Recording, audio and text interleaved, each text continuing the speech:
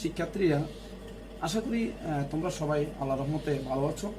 দীর্ঘদিন বৈশ্বিক সমস্যা করোনা পরিস্থিতির কারণে তোমরা সবাই বিষণ্ণ, স্যারও বিষণ্ণ। এমন সমস্যায় তোমাদের ক্লাস নেওয়া সরাসরি সম্ভব হচ্ছে না বিদায় অনলাইনে কৃষি শিক্ষা বিষয়ের সিলেবাস ভিত্তিক কিছু পাঠ তোমাদের কাছে তুলে ধরছি। এতে তোমরা বিষয়ভিত্তিক জ্ঞান অর্জন করে উপকৃত হবে।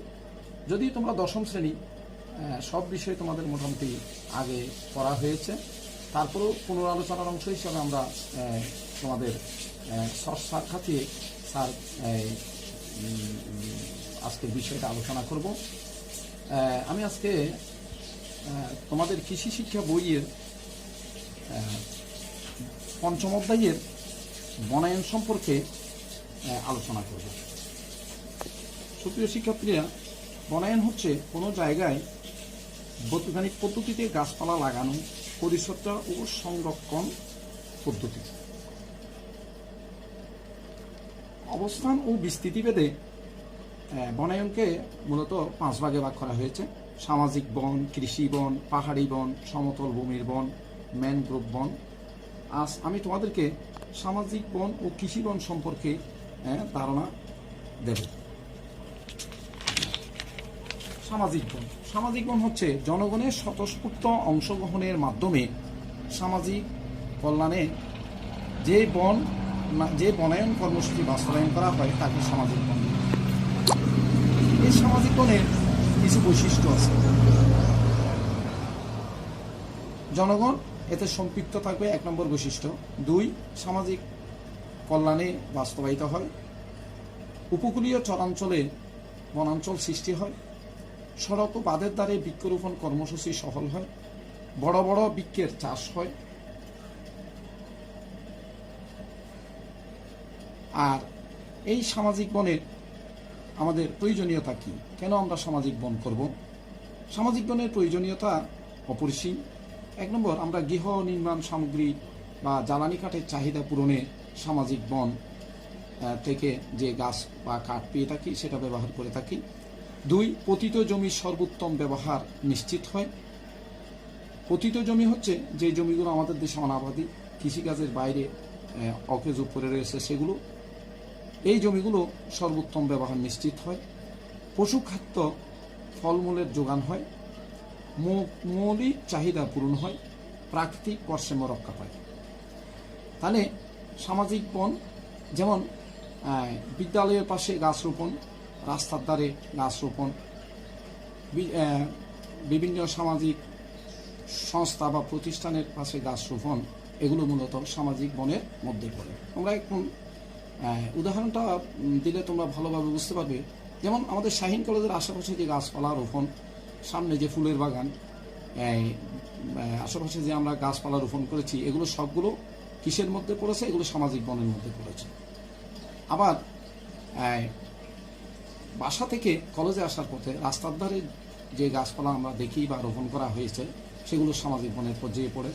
বা গাড়িতে করে তুমি যখন কোথাও যাও, রাস্তার ধারে যে গাছ দেখো, সেগুলি সামাজিক বনের মধ্যে পড়েছে। তাহলে আমরা এখন বুঝতে পারলাম যে সামাজিক বন জিনিসটা কি এবং এই বনের বৈশিষ্ট্য এবং এর প্রয়োজনীয়তা। আশা করি সবাই বিষয়টা বুঝতে পেরেছ। শিক্ষার্থীরা, এবার আমরা কৃষি বন সম্পর্কে আলোচনা করব। কৃষি বন এবং সামাজিক বন একটা আরেকটার সাথে মোটামুটি কিছুটা মিল আছে। এই সামাজিক বনের একটা ক্ষুদ্রতম অংশ আমরা কৃষি বন হিসাবে আখ্যায়িত করি বা সংজ্ঞায়িত করি। কৃষি বন হলো তাহলে কোনো জমি থেকে একই সময়ে পর্যায়ক্রমিকভাবে বিভিন্ন গাছ, ফলমূল, ফসল, পশু পাখি যদি আমরা একই জায়গা থেকে আমরা উৎপাদন পেয়ে থাকি, তখন সেই ধরনের বনকে কৃষি বন বলে। সামাজিক বনের মতো কৃষি বনের বৈশিষ্ট্য দেখো। কৃষি বনের বৈশিষ্ট্য হচ্ছে একই জমি অধিকবার ব্যবহার করা যায়। কারণ একই জমিতে বিভিন্ন রকমের ফসল এবং শাকসবজি বিভিন্ন বছর আমরা উৎপাদন পেয়ে থাকি। এটা কৃষি বন এর অন্তর্ভুক্ত। বৈচিত্র্যময় উদ্ভিদের সমাহার থাকে, অর্থাৎ বিভিন্ন রকমের শাকসবজি, ফলমূল একই জমিতে উৎপাদন করা যায়। যেমন সারিবদ্ধভাবে গাছ রোপণ করলে বিভিন্ন রকমের গাছ আমরা একই সাথে রোপণ করতে পারি, অর্থাৎ বৈচিত্র্যময় বিভিন্ন রকম গাছপালা এর থেকে আমরা পেয়ে থাকি। সামাজিক ও পরিবেশগত গ্রহণযোগ্যতা আছে। সামাজিকভাবে এটার ব্যবহার নিশ্চিত হয় এবং পরিবেশের উপকার হয় বা পরিবেশের ভারসাম্য রক্ষা হয়। প্রান্তিক ভূমির ব্যবহার হয়। প্রান্তিক ভূমি হচ্ছে যেসব ভূমি আমাদের কৃষকরা ব্যবহার করে থাকে সেগুলো প্রান্তিক ভূমি। স্থানীয় বাজারে উৎপাদিত দ্রব্য বিক্রি করা যায়। স্থানীয় বাজারে উৎপাদিত দ্রব্য বিক্রি করা যায়, এটা তোমরা বুঝতে পারছো সহজভাবে যে স্থানীয় বাজারে শাকসবজি, ফলমূল ইত্যাদি কৃষকরা যে উৎপাদন করে সেগুলো বিক্রি করে তারা লাভবান হতে পারে। তাহলে কৃষি বন এবং সামাজিক বন এই দুইটা জিনিস আমরা যে আলোচনা করলাম, এই দুইটা আলোচনার মধ্য থেকে আরেকটা জিনিস তোমরা এখন এই জিনিসটার একটা দৃশ্য আমি এখন তোমাদেরকে দেখাচ্ছি। এই দৃশ্যটা তোমরা দেখো যে বাম পাশে যে চিহ্নিত যে দৃশ্যটা আছে সেটা হচ্ছে তোমার কৃষি বনের দৃশ্য, আর ডান পাশে যেটা বিচিহ্নিত সেটা সামাজিক বনের দৃশ্য।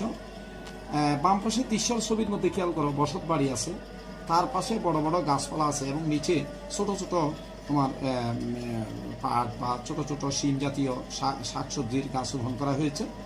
এবং চিহ্নিত নমুনা চিহ্নিত ছবির ডান পাশে ঠিক নিচে করে পাশে যে ছবিটা তোমার একটা পুকুরের ছবি, পুকুরের মধ্যে মাছ আছে, পুকুরের পাড়ে বিভিন্ন ধরনের ছোট ছোট হেলেঞ্চা বা বিভিন্ন শাক জাতীয় উদ্ভিদ জন্মিয়েছে এবং পুকুরের মধ্যে বুঝতেই পারছো আরো অনেক কিছু আছে, পুকুরের মধ্যে মাছ আছে, সাপ আছে, বিভিন্ন ধরনের প্রাণী আছে। তাহলে বিভিন্ন রকমের জিনিস এই পুকুরের মধ্যে পরিবেশতন্ত্র রচনা করেছে। আর ঘর আছে, গাছপালা আছে, ছোট ছোট উদ্ভিদ আছে। তারপর এখানে আমরা পুকুরের পাশে মুরগির খামার বা গবাদি পশুর খামার গড়ে তুলতে পারি। অর্থাৎ এখানে দেখা যাচ্ছে বহুমুখী ফলন আমরা বসত বাড়ির আশেপাশে পাচ্ছি প্রত্যেকে কৃষিবন থেকে। বাম পাশের ছবিটা আর ডান পাশের ছবিটা দেখো, একটা সড়কের ছবি দিয়েছি স্যারে, এবং সড়কের দুই পাশে বড় বড় গাছ ক্রমান্বয়ে দূর থেকে দেখা যাচ্ছে, দূরের জিনিসটা ছোট দেখা যাচ্ছে, ক্রমান্বয়ে গাছের সারি চলে গেছে। এটা বিভিন্ন রকমের বনজ ফলজ, বিশেষ করে বনজ বৃক্ষের ছাড়া হতে পারে, সেগুন, মেহগনি, জারুল ইত্যাদি আমরা সারিবদ্ধভাবে সড়কের পাশে লাগালে এটাকে আমরা সামাজিক বন বলে থাকি। কিংবা আমাদের কলেজের কথা খেয়াল করি, আমাদের কলেজের আশেপাশে সামনের বাগান, কলেজের আশেপাশে যেই গাছপালা আছে একটু আগেও বলেছি এগুলো সামাজিক বনের মধ্যে পড়েছে। তাহলে এই কৃষি বন এবং সামাজিক বন এই দুটার মধ্যে আমরা এই যে জিনিসটা আবার একটু আলোচনা, যেটা আমরা পরবর্তীতে আলোচনার দিকে যাচ্ছি, সেটা হচ্ছে কৃষি বন যেটা বলছি, সামাজিক বনের যেমন প্রয়োজনীয়তা বলছি, কৃষি বনের প্রয়োজনীয়তা যদি আমরা দেখি যে কৃষি বনের প্রয়োজনীয়তা কি, খাদ্যের চাহিদা পূরণ হয়। আমরা এই কৃষি বনের দ্বারা আমরা কি খাদ্যের চাহিদা পূরণ করতে পারি। এরপর আমরা 2 নম্বরে ফসলি জমির বহুবিধ ব্যবহার হয়। একই জমিতে একই ফসল বারবার না ফলিয়ে বিভিন্ন রকমের ফসল আমরা কি ফলাতে পারি। উন্নত কৃষি প্রযুক্তির ব্যবহার আমরা নিশ্চিত করতে পারি। মাটির উর্বরতা বৃদ্ধি পায় ও মাটির ক্ষয়রোধ হয়। গাছপালা রোপণ করলে মাটির উর্বরতা বৃদ্ধি পায় এবং কি মাটির ক্ষয়রোধ হয়, কারণ শিকড় মাটিকে কি আবদ্ধ করে রাখে। একই সাথে পশুখাদ্য উৎপাদন হয়। শাকসবজি ফলমূলের পাশাপাশি পশুখাদ্য উৎপাদন হয়। কীটপতঙ্গের নিরাপদ আশ্রয়স্থল নিশ্চিত হয়। পরিবেশের ভারসাম্য রক্ষা হয়। তাহলে আজকে আমরা যে আলোচনা করলাম সেখান থেকে যে জিনিসটা আমরা আনলাম যে সেই সামাজিক বন কি, কৃষি বন কি, সামাজিক বনের প্রয়োজনীয়তা, কৃষি বনের প্রয়োজনীয়তা এবং এই দুইটা বনের বৈশিষ্ট্য, এই দুইটার থেকে আমরা একটা জিনিস বের করে আনতে পারি, সেটা হচ্ছে সামাজিক বন এবং কৃষি বনের তুলনা করে আমরা এর ব্যবহার নিশ্চিত করতে পারি। বসত বাড়ির যে সমন্বিত মাছ চাষ সেটাও আমরা কি কৃষি বনের মধ্যে রাখি। সড়ক ও বাঁধের দ্বারে বৃক্ষরোপণ, বাড়ির আশেপাশে বৃক্ষরোপণ, এগুলি সামাজিক বনের মধ্যে আমরা অন্তর্ভুক্ত করতে পারি। তাহলে শিক্ষার্থীরা আজকে এই পর্যন্ত তোমাদের সাথে আলোচনা করলাম। সবাই তোমাদের বইয়ের সহায়তা নিয়ে বিষয়টা আরও বিস্তারিতভাবে জানবে এবং শিখবে। সবাই এই বন্ধে সবাই ভালো থাকো, সুস্থ থাকো। আজকে এ পর্যন্ত, ধন্যবাদ।